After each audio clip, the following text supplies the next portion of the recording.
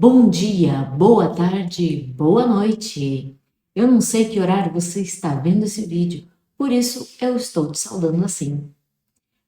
Se você não me conhece, eu sou a professora Ellen Portela e agora estou reinaugurando o meu canal, relançando, eu não sei como é que se diz. Pois é, em 2020 eu iniciei aqui com algumas lives, umas lives meio esquisitas, mas que muitas pessoas viram. E tem aí nas playlists de nono ano, segundo ano, terceiro ano do ensino médio e também algumas resoluções do Enem, de questões do Enem. E agora eu estou de volta, né? Vamos ver o que vai ser, o que vai acontecer a partir de agora. Vamos ver. Agora eu peço que você se inscreva no meu canal, porque eu quero trazer muita novidade para você. E quem vai dizer para mim o que quer é você. Isso mesmo. Você vai me dizer aí nos comentários o que gostaria que eu trouxesse para você e eu vou trazer. Eu tenho algumas ideias em mente, porém eu gostaria que você me dissesse: Professora Ellen, eu quero que você me traga atividades sobre potenciação. Professora Ellen, eu quero que você me traga algo mais pesado sobre limites derivadas. Ou então, não, professora Ellen, o meu problema é com fração, adição, subtração. Você vai me dizer, eu vou fazer. O que você me disser, eu vou fazer. Isso mesmo, eu vou tirar as suas dúvidas. E hoje mesmo, nessa primeira aula que eu vou iniciar, já com uma aula, é claro, como todo bom professor de matemática já inicia a primeira aula com uma bela aula. E nessa aula de hoje, nós vamos tirar dúvidas, algumas dúvidas que você ou o seu amigo, que você pode estar enviando esse vídeo, tem no decorrer do ano letivo ou no decorrer do ano, ou às vezes você se depara com uma situação, se depara, o que é um número primo? Eu não me lembro o que é um número primo. Então, hoje você vai tirar essa dúvida aqui. Não só isso, como outras dúvidas também, tá? Não só hoje, como na playlist que eu vou estar preparando para vocês, de dúvidas que você tem no dia a dia, certo? Então, sem mais delongas, fique com o vídeo. E não esqueça de se inscrever no meu canal para me apoiar, né? Para eu não desistir novamente. E também dar o like e comentar, é claro, comente. Eu gosto que comenta os meus vídeos. Não tem problema, pode dizer, é uma professora feiosa, mas comente. Então, a nossa primeira pergunta, que sempre vem à tona nas aulas de matemática, né? E também no dia a dia.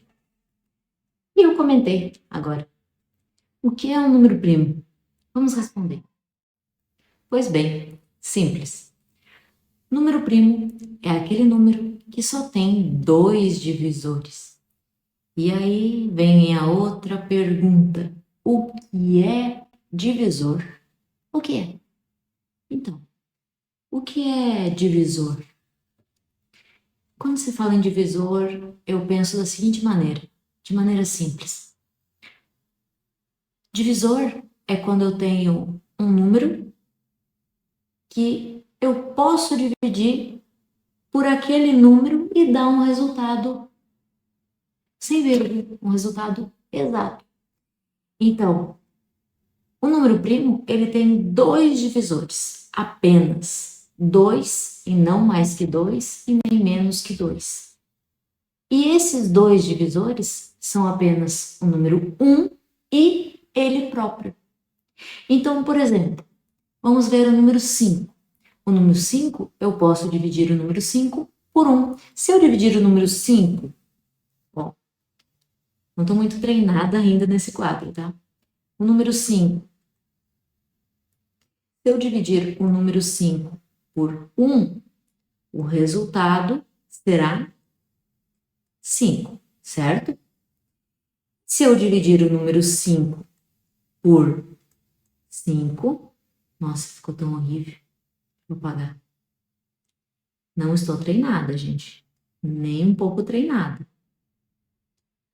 Mas vou aprender, tá? Tudo na vida a gente aprende. Se eu dividir por 5, vai dar o quê? 1. E o número 5, eu consigo dividir por mais outro número? Não, né? Eu não consigo dividir por nenhum outro número. Então, o número 5 eu posso dizer que é um número primo. Por quê? Porque eu só tenho divisor, só tem 2 divisores. O número 1, e o número 5, que é o número 1 e ele mesmo, que é 5. O que mais nós podemos falar sobre número primo, então? Nós podemos nos lembrar do número 1. O número 1 é primo? Será que o número 1 é um número primo? Vamos ver. O número 1 eu consigo dividir por 1. Número 1 eu consigo dividir por 1. E dá 1. Porque o número 1 eu consigo dividir por 1. E 1 é ele próprio. Essa é a regra, dividir por ele próprio. Certo? E a regra é também dividir por 1. E 1 é 1. Mas a regra inicial é o quê? Que um número primo tenha que ter 2 divisores, não é mesmo? E o número 1, por si só tem um divisor, que é o número 1. Então, o número primo, o número 1, não é primo, certo? Número 1 não é primo. Muitos confundem e pensam que o número 1 é primo, porém o número 1 não é. Outro número que nós podemos tentar confundir aí e pensar que ele é primo é o zero, não é mesmo? E o zero, eu consigo dividir ele por 1. Ó, 0 dividido por 1. 0 dividido por 1 é 0. Agora, se eu for dividir 0 por 0, isso vai dar o quê? Uma indeterminação matemática, não é? Uma indeterminação matemática. Vou escrever aqui.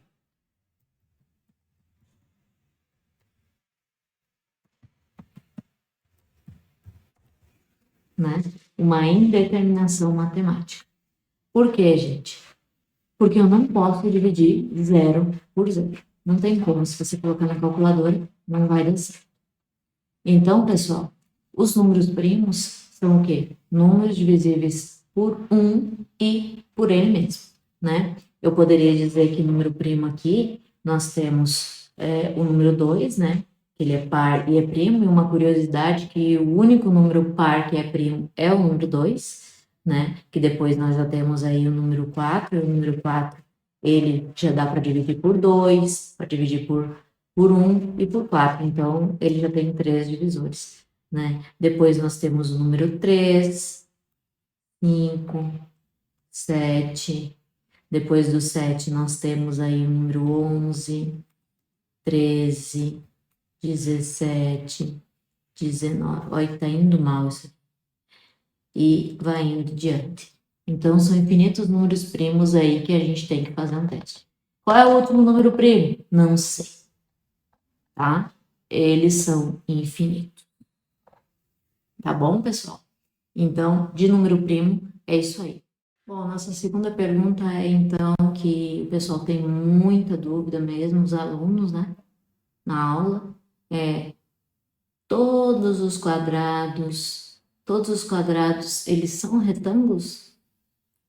Para isso, nós vamos para a definição de retângulo. Qual é a definição de retângulo? São 4 características para que um retângulo seja retângulo. Ele tem que ter 2 pares de lados paralelos, né? Ele tem que ser um paralelogramo, né? Com 2 pares de lados paralelos. Paralelos são lados que não se encontram, são retas que não se encontram. Então, retas paralelas. retas. São retas que não se encontram, como essas que eu acabei de desenhar aqui, né? Retas que não se encontram. A outra questão é que eles têm que possuir ângulos de 90 graus, né? Então, para ser retângulo diferente do paralelogramo, ele tem que ter ângulos de 90 graus. Em relação às diagonais, elas têm que ser congruentes. O que são congruentes, diagonais congruentes? São de mesma medida, né? A palavra congruente na matemática significa igual. Toda vez que falar a palavra congruente, significa igual, de mesma medida, certo? Em relação aos lados opostos, eles também têm que ser congruentes. Então, lado oposto. Esse lado da minha mão está oposto a esse lado da minha outra mão, né? E esse lado aqui está oposto a esse lado. Então, vamos aqui, para poder entender melhor, vamos desenhar aqui um quadrado. Ai, travou aqui minha mesa? O que aconteceu? Acho que foi isso aqui. Ó, um quadrado, nós temos um quadrado aqui, né? Ó, então, vamos aplicar essas situações num quadrado. Lados paralelos, aqui nós temos os lados, olha aqui o cursor do meu mouse, ó, os lados, dois pares de lados paralelos, então esse lado é oposto a esse lado aqui, eles são dois pares. Aqui nós temos os ângulos de 90 graus, que são ângulos retos, né? Nós temos também as diagonais, ó, aqui as diagonais. Nós temos duas diagonais aqui, ó. Aqui nós temos uma diagonal.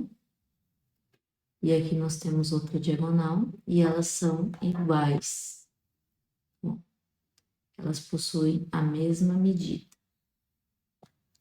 Elas são iguais às diagonais também. E os lados opostos são congruentes, que os lados opostos foi o que eu tinha falado aqui, é da minha mão, né? Esse lado é oposto a esse lado aqui, e esse lado é oposto a esse lado aqui, eles são iguais. Então, é um quadrado, né? Tem todos os lados iguais. Então, todos os quadrados são retângulos, sim, né? Porque para ser retângulo é as condições que eu falei, e se aplica no quadrado. Então, todos os quadrados são retângulos? Sim. Opa! Gente do céu. Vou aprender muito aqui. Ó, sim. Tá? Agora, gente, a gente pode tirar um parênteses dessa mesma questão aqui e vamos perguntar se todo retângulo também é um quadrado, né? Se todo retângulo também é um quadrado. Será que todo retângulo também é um quadrado? Aí nós vamos para as características que nós temos no próprio quadrado, né? As características do quadrado que nós temos, elas não estão presentes no retângulo. Veja bem, o retângulo ele tem que ter dois pares de lados paralelos. Porém, eles não precisam ser os lados iguais. Já no quadrado, os lados precisam ser congruentes, né? Esses pares de lados paralelos, eles precisam ser todos iguais, né? Esse par aqui tem que ser igual a esse par aqui. Então, ele acaba sendo todos os lados iguais, por isso a gente chama de quadrado, né? Então, ele difere isso aí, tá? Outra característica são as diagonais. As diagonais, se nós prestar atenção aqui, a gente vai ver que também forma um ângulo de 90 graus aqui, ó. Um ângulo de 90 graus. Então, aqui nós temos outros 4 ângulos de 90 graus, diferente do retângulo. No retângulo não forma ângulo de 90 graus. Então, gente, o retângulo não é quadrado, mas o quadrado é retângulo. Olha como a matemática é linda. Próxima pergunta, bem rápido de responder aqui. O zero é um número par? Vamos lá. O que é um número par? Um número par é todo número que a gente consegue dividir por 2 e dar um número inteiro. Exato, né? Um número exato, sem vírgula, como se diz. Então, o número zero. Se eu dividir o número 0 por 2, o resultado é zero. E zero é um número inteiro. Logo, o número zero é par, sim. Não está convencido? Acho que eu estou mentindo? Então vamos lá. Na nossa sequência numérica dos números inteiros positivos, nós temos sempre um número par, ímpar, ímpar, par, ímpar, ímpar, par, não é? Até quando vai contar lá, tem gente que não sabe contar, saber se um número é ímpar ou par, aí começa lá a contar na ímpar, par, ímpar, par, ímpar, par, ímpar, par. Não é assim? Então, sempre tem um número ímpar, um número par, número ímpar, número par. Então, se tu começar a contar por 2, 3, 4, 5, 6, ímpar, par, ímpar, par, ímpar, par. E antes do 1, se esse aqui é ímpar, então esse aqui é par. Certo? Então, o número 0 é, sim, um número par. Beleza?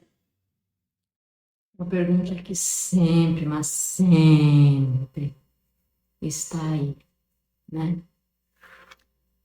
Circunferência e círculo são a mesma coisa? Não, já vou começar respondendo. O que é a circunferência? A circunferência é isso aqui. Tá? A circunferência é o perímetro, né? Digamos que o perímetro, a volta, né? Esse comprimento é onde estão os pontos, né? Que delimita os pontos. Agora, o que é o círculo? Eu não tenho aqui o que pinte, mas o círculo é o que está dentro dessa circunferência, né? É o que se essa circunferência aqui estivesse pintada de vermelho por dentro, eu poderia dizer que isso seria um círculo, né? Então, a circunferência é só esse contorno e o círculo é o que está dentro. Então, agora nós vamos falar de uma coisa polêmica, que é que qualquer número elevado a zero dá 1. Você vai entender agora por que é polêmico. Vamos lá. Para mim, tem uma palavra que não poderia estar aí. Eu estou colocando, gente, as perguntas de acordo com as dúvidas que as pessoas têm, né? As pessoas perguntam, por que qualquer número elevado a zero dá 1? Os alunos perguntam, né? E aí, eu vou te responder por que uma dessas palavras não poderia estar aí. E, ao meu ver, a palavra que não poderia estar aí, tá? É esta. Qualquer. Porque tem um número que não entra neste contexto, que é o número 0. O número 0, elevado a 0, ao meu ver, ele não é 1. Por que ele não é 1? Porque tem essa regra, que todo número elevado a 0 é 1. Mas também nós temos uma outra regra que diz que 0 elevado a qualquer número é sempre 0. Então, aqui nós teremos duas aplicações numa mesma situação. Duas regras sendo aplicadas, não é mesmo? Então, 0 elevado a 0, nós temos o quê? um número elevado a zero que daria 1. E nós temos zero elevado a um número que daria zero. Então, o resultado tanto faz ser 1 ou 0. Então, teria dois resultados. Então, eu digo que isso aqui não é 1. Isso daqui é o quê? Uma indeterminação, tá? Para mim, isso é uma indeterminação. Tá? Algumas calculadoras, quando a gente coloca 0 elevado a zero, o resultado é 1. Outras calculadoras, o resultado dá erro. Justamente por isso. Por convenção, considerou-se que 0 elevado a zero é 1, mas por convenção, porque 0 elevado a zero não é 1, é indeterminação. Colegas, eu sei que vocês estão aí de repente com o pé atrás e querendo brigar comigo, mas realmente, para mim, com os meus anos de estudo, com os meus anos de experiência, 0 elevado a zero é indeterminação e sempre será. Eu acho que provar o contrário vai ser difícil. Então, agora vamos para a pergunta. Por que é que alguns números, quase todos, elevado a zero é 1?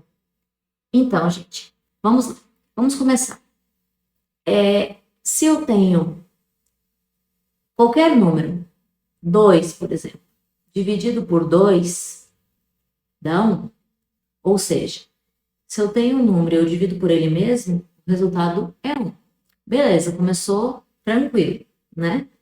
Aí agora, nós vamos partir para a potência. Se eu tenho aqui uma potência, 3 ao quadrado, certo? Vezes 3 ao cubo, eu conservo a base e somo os expoentes, não é mesmo? Agora, se eu tiver 3 ao quadrado dividido por 3 ao quadrado,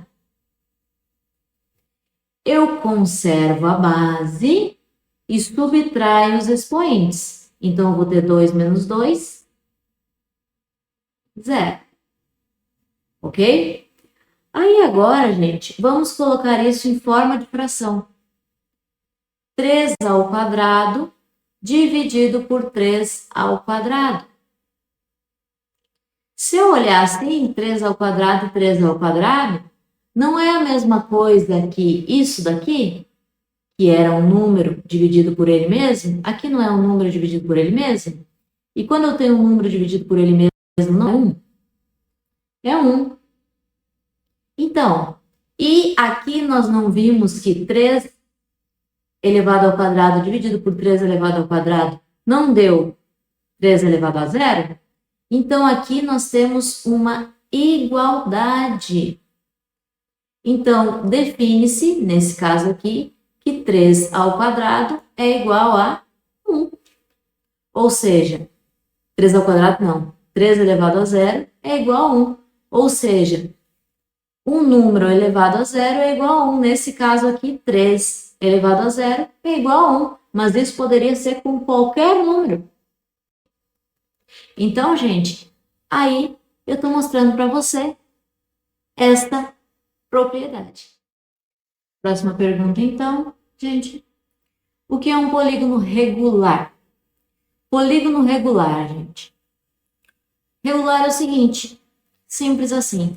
Polígono regular é um polígono que possui todos os lados iguais e todos os ângulos iguais, né? Na linguagem matemática, todos os lados e todos os ângulos congruentes, né? Aqui eu não vou me arriscar a desenhar, porque você sabe, eu não estou muito boa ainda, mas vou ficar uma hora, não sei quando, né? Mas aqui eu tenho o desenho do quadrado que eu posso estar utilizando, né? Então, aqui, por exemplo, o quadrado é um exemplo de polígono regular, porque ele tem todos os lados iguais e todos os ângulos iguais, né? Aí eu posso desenhar qualquer polígono, hexágono, pentágono, qualquer um que tenha lados e ângulos iguais, eu chamo de polígono regular. Esse é um nome muito visto em exercícios, né, de Enem, de concurso. Ah, o polígono regular tal, tem medida tal. Qual é a medida do ângulo interno do polígono regular, cuja soma dos ângulos é tanto. Então, você já sabe que regular é só você pegar a soma total e dividir pelo número de lados e você vai ter o resultado. Tá? Então, é isso aí, pessoal. Próxima pergunta. O que são critérios de dividibilidade? Essa pergunta, gente, nem é uma pergunta que muitos fazem, né? Não é a pergunta, professora, a minha dúvida é sobre critérios de divisibilidade. Ninguém chega para a gente e pergunta sobre isso, mas a resposta disso você vai entender que é a dúvida que muitos têm e que talvez você mesmo que está aqui me assistindo agora tenha essa dúvida, mas não saiba que isso é, na verdade, um critério de divisibilidade. O que é um critério de divisibilidade? Vamos lá, vamos descobrir agora. Os critérios de divisibilidade, eles são utilizados para saber se um número muito grande, ou até nem tão grande assim, ele pode ser dividido por um outro número sem precisar fazer cálculo. Isso mesmo. Mas como que a gente vai fazer isso? Então, vamos descobrir se o número 5.492 dá para dividir por 3.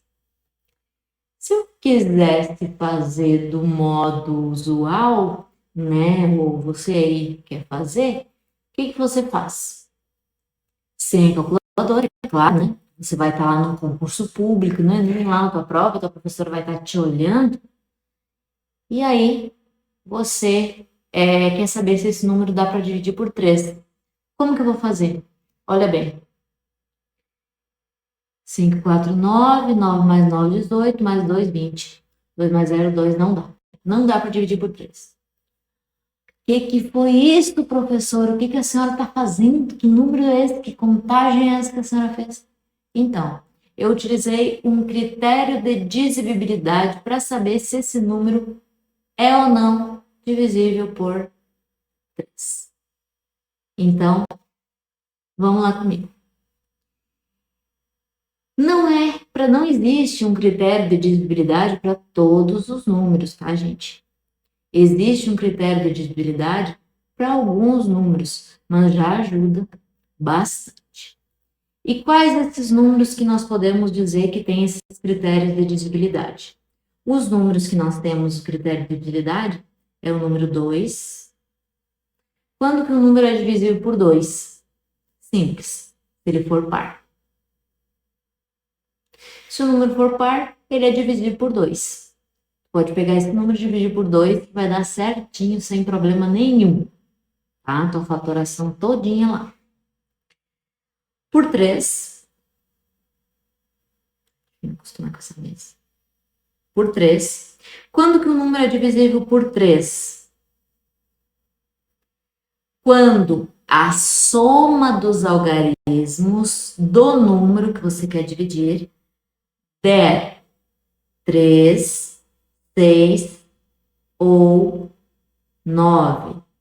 A soma dos algarismos.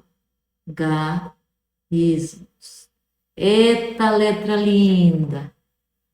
Então, como eu estava dizendo para vocês, aquele número que eu acabei de somar ali, eu somei o quê? Os algarismos do número.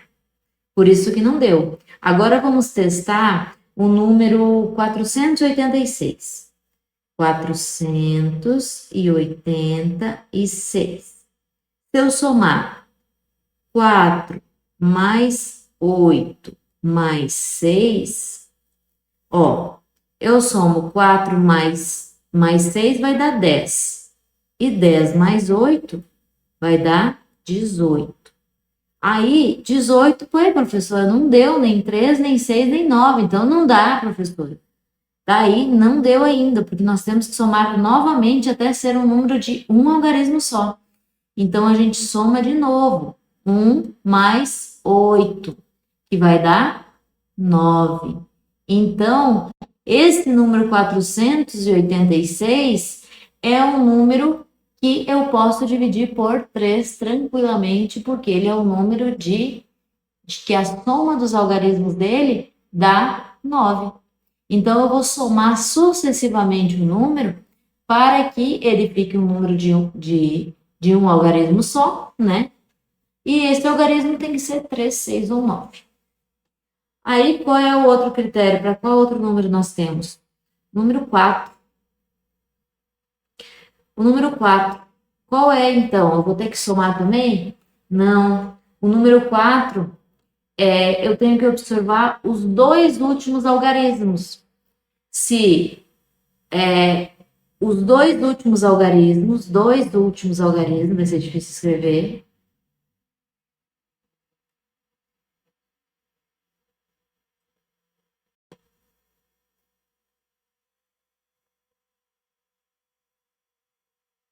Bom, vai ser difícil escrever, eu vou deixar assim mesmo.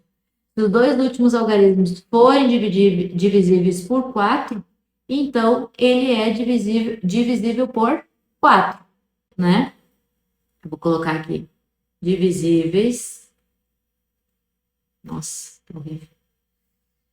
Passando vergonha aqui no YouTube, né? Só eu mesmo.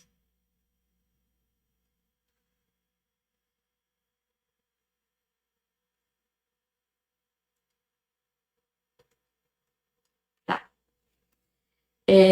Também nós temos o número 5. O número 5, gente, ele vai ter, o critério de divisibilidade do número 5 é simples. Se o número terminar em 0 ou em 5, então eu posso dividir por 5, certo? Depois nós temos qual? O número 6. O número 6. O número 6, gente, se o número for divisível por 2 e por 3, ele também é divisível por 6. Então, se ele for um número que a soma dos algarismos der 3, 6 ou 9 e ele for par ao mesmo tempo, então ele é divisível por 3. Então, eu vou colocar aqui 2 e 3, né, ao mesmo tempo. E depois, por último, né, gente? Não, por último não. Agora nós temos o número 8. O número 8 é parecido com o número 4, né? Se os dois últimos algarismos, só que agora não é os dois, é os 3 últimos algarismos forem divisíveis por 8. Então, aqui no caso vai ser os 3 últimos algarismos, vamos abreviar aqui, divisíveis por 8. Vou virar médico por um dia. Não falando mal do médico, tá, gente? Desculpa aí. Aqui, o próximo. 9.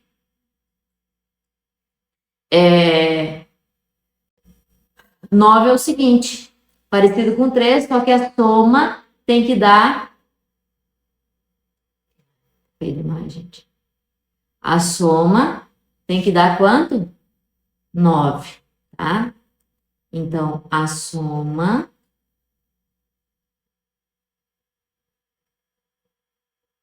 tem que dar 9. Tu vai somar os algarismos do número e a soma desses algarismos tem que dar 9. Vai anotando aí, tá, gente? Vai anotando aí, porque eu não vou disponibilizar esse PDF, porque ele tá muito feio, tá? Nas próximas aulas, eu vou disponibilizar os PDFs quando a minha letra já estiver boa, tá, gente? Ela não tá boa. Vocês estão vendo como tá horrível, Ah, no caderno era bem melhor, porque vocês olham, minha letra não é assim, não. Porque eu tô desenhando nessas mesinhas aqui, tá? Com essas canetas aqui, então é um negócio moderno, eu tenho dificuldade, tá? Vocês estão vendo. Agora, e por último, 10. 10. 10 é simples, né? Se o número terminar em 0. Pronto. Então é isso. O que é o número racional? Né? A gente vê muito também. Número racional, gente, é simples. Número racional é todo número que é possível se transformar em uma fração, tá? Então, por exemplo, um número natural eu consigo transformar numa fração. Um número inteiro eu consigo transformar numa fração. E um número racional eu também consigo, né? Sejam eles números decimais, finitos, ou números decimais infinitos, dízimas periódicas, né? Eu consigo transformar em fração dízimas periódicas. Então, vamos ver alguns exemplos aqui de números racionais. Por exemplo, o número 2 é um número racional, porque se eu colocar o 1 aqui, no denominador, vai ficar a fração. Um outro número racional aqui, nós temos o número 3,5. Se eu transformar em fração, eu vou ter o quê? Transformando em fração, eu vou ter 35 décimos. Então, eu vou ter uma fração. Um outro número racional que nós temos aqui é o número 47,32. Para transformar esse número em fração, eu vou ter 4.732 sobre 100, né? E agora uma dízima periódica, por exemplo, 0,888, infinitamente. Então, para transformar esse número em fração, eu vou fazer o quê? 8 sobre, como aqui só tem um número que se repete, é 9 no denominador, né? Então, 8 nonos. Então, todos os números que eu conseguir transformar em fração são ditos números racionais, positivos e negativos, né? Eu coloquei exemplos de positivos aí, mas isso também pode ser para negativos. Assim como tem os racionais, nós também temos os irracionais, que são exemplos de números reais, né? Reais são todos os números. E aí, gente, irracionais são o quê? Não está aqui nas perguntas, mas irracionais são o contrário dos racionais. Irracionais são os números que a gente não consegue transformar em fração. Por exemplo, raiz quadrada de 3 é um número irracional, porque raiz quadrada de 3 é 1,73 e depois vem um monte de números diferentes aqui, ou seja, eles são diferentes depois da vírgula. Então, eles não se repetem. E aí eu não tenho como transformar em fração. Então, esses números que são dízimas não periódicas, eles são chamados de números irracionais e me impossibilitam transformar em fração. Por isso, eu separo esses dois conjuntos, né? Quando eu tenho lá a divisão dos conjuntos, eu tenho aqui os números naturais, aqui eu tenho os números inteiros, aqui eu tenho os números racionais e aqui no cantinho eu tenho os números irracionais, para depois ter os números reais, né? Então, essa é a separação que a gente tem. Tá bom, pessoal? Eu espero que vocês tenham gostado do vídeo. Espero que vocês tenham aprendido alguma coisa. Qualquer dúvida que vocês tenham, deixe nos comentários sobre esta aula de hoje. Ou, se vocês tiverem dúvidas sobre outros assuntos, deixem também nos comentários, tá? Não esqueçam de deixar o like, né? Curtir E também se inscrever no canal e compartilhar o vídeo com seus amigos e seus colegas, tá bom? Um abraço para todos vocês e até o próximo vídeo.